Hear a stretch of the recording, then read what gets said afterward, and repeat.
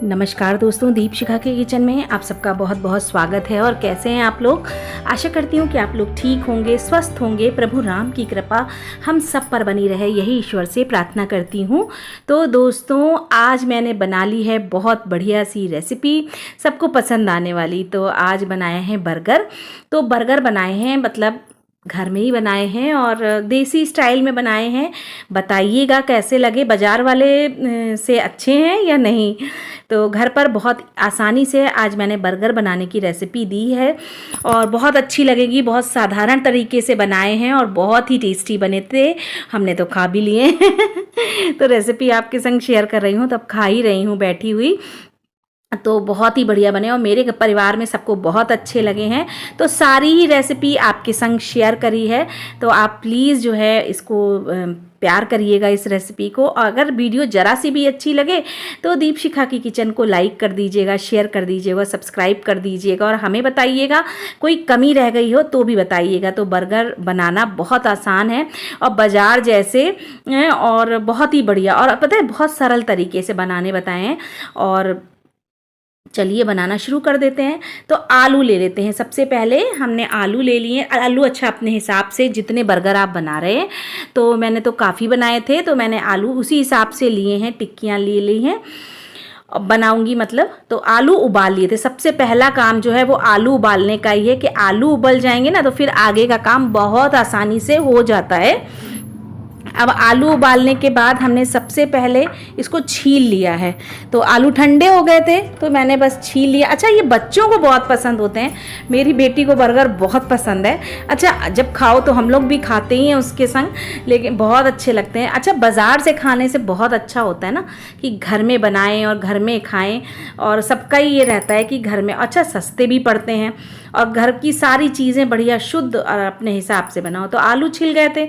अब इसमें प्याज डालने के लिए थोड़ा सा प्याज चॉप करा। अच्छा, ये ऑप्शनल है, आप ना चाहें ना डालें प्याज लहसुन। अगर आप नहीं खाते हैं प्याज तो ना डालें, लेकिन ये टिक्की में ना थोड़ा सा प्याज का फ्लेवर अच्छा लगता है। अच्छा, सब्जियां भी डाल सकते हैं इसमें आप, गाजर है, शिमला मिर्च है, आप डाल सकते हैं। लेकिन मेरे यहाँ मतलब मेरी बेटी को इसी तरीके से पसंद है तो मैंने उसी तरीके से बनाया है। तो आलू में डाल दिया प्याज। तो ये एक छोटे साइज़ का प्याज था, वही मैंने डाला है, ज़्यादा प्याज मैंने नहीं डाला। आप चाहें तो डाल सकते हैं, अच्छा लगता है। अब इसमें हम डालेंगे मसाले।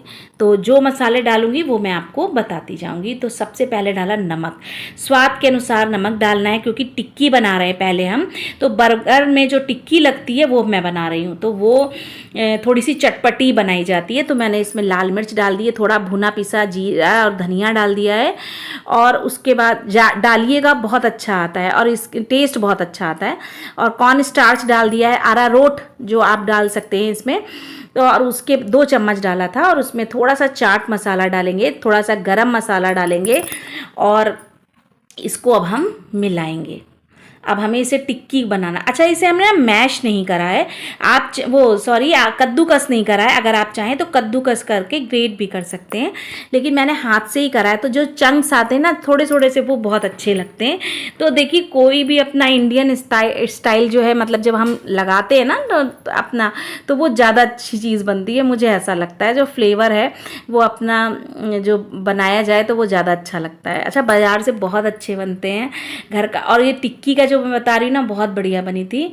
और जी इसके बाद हमने हरी मिर्च डाल दी हैं और जी डाल दिया धनिया, ढेर सारा डाल दीजिए। अच्छा, हरी मिर्च ऑप्शनल है, अगर बच्चे नहीं खाते हैं तो ना डालिएगा क्योंकि बच्चों को ही ये सब चीज़ें ज़्यादा पसंद होती हैं, बड़ों को तो नहीं इतनी ज़्यादा खाते हैं। तो बच्चों के हिसाब से बनाइएगा। अच्छा, मैंने थोड़ा सा मिर्च ज़्यादा डाल दी थी तो बेटी कह भी रही थी कि आपने मिर्च डाल दी। हालांकि ये तीखी मिर्च नहीं थी, लेकिन फिर भी मिर्च का ध्यान रखिएगा।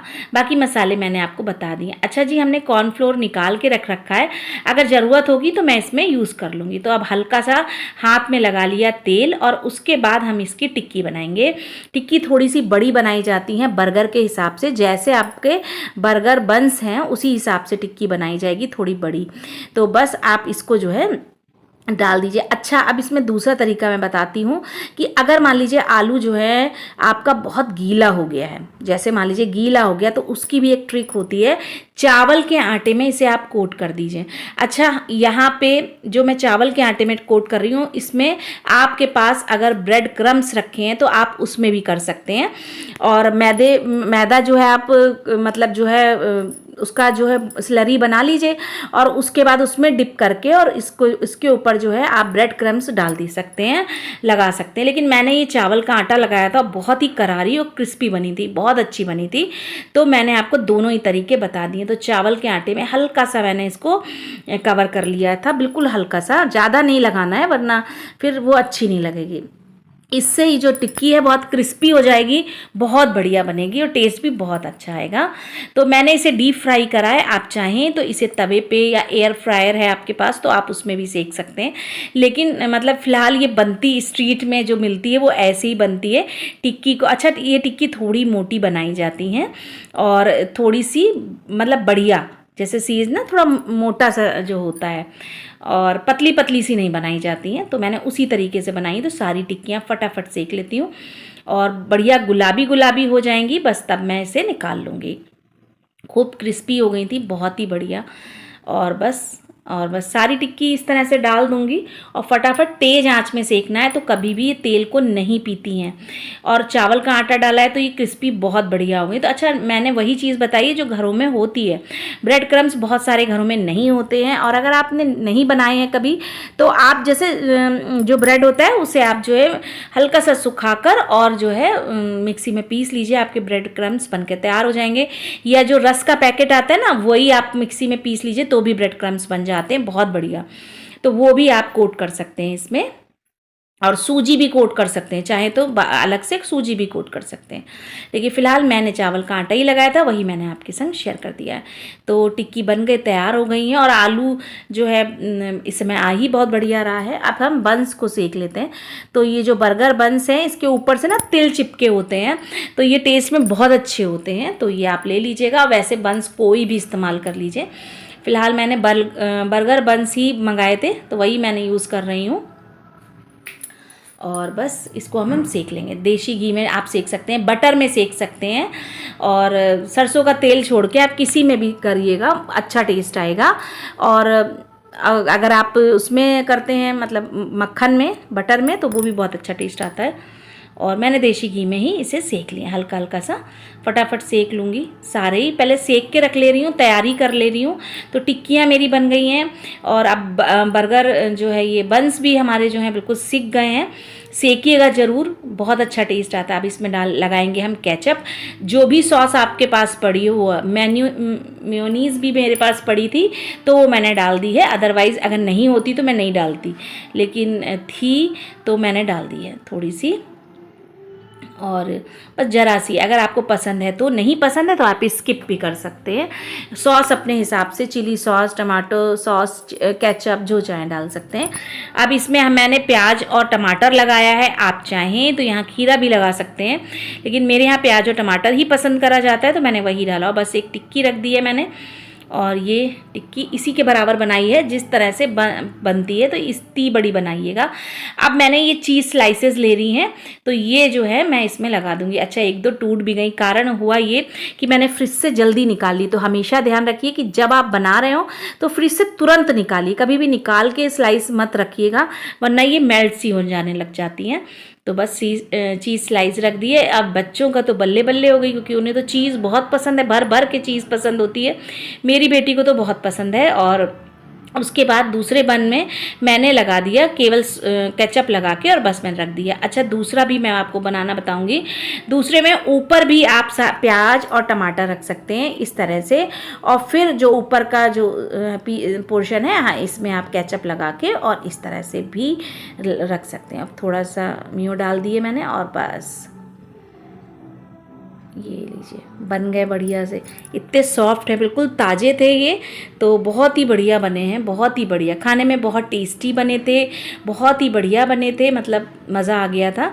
तो बाज़ार से बहुत अच्छा है कि घर में बनाइए और अपने बच्चों को खिलाइए।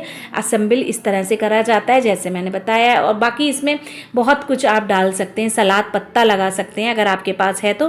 मेरे पास नहीं था ना, पड़ोस में मेरे मिलता है मार्केट में, तो मैं नहीं लगा पाई थी। आप चाहें तो लगा सकते हैं।